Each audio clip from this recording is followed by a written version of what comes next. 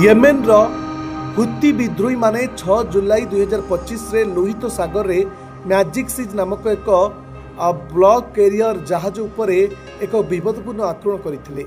जहाजटी Liberian पताका उड़ाइथिला एवं Greek करथिले। किछि मुहूर्त मध्यरे जहाजटी निया लागिगला एवं एक विराट विस्फोरण पर यह 2 खंडरे परिणत होइगला।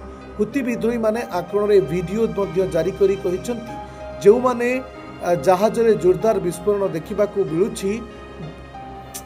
जो हुती विद्रोही माने आक्रमण एक वीडियो मध्य जारी कर जहाज रे जोरदार विस्फोरण देखा मिलूँ।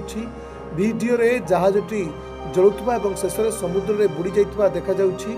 हुती मानक आक्रमण पई निजकु दायी करिसेंती जे जहाजटी इस्राएल उपरे लगा जाइथिबा सेमानक अवरोध उल्लंघन करुछि। Report Dinalipi live. Dinalipi live को एबे ही लाइक शेयर सब्सक्राइब करंतु।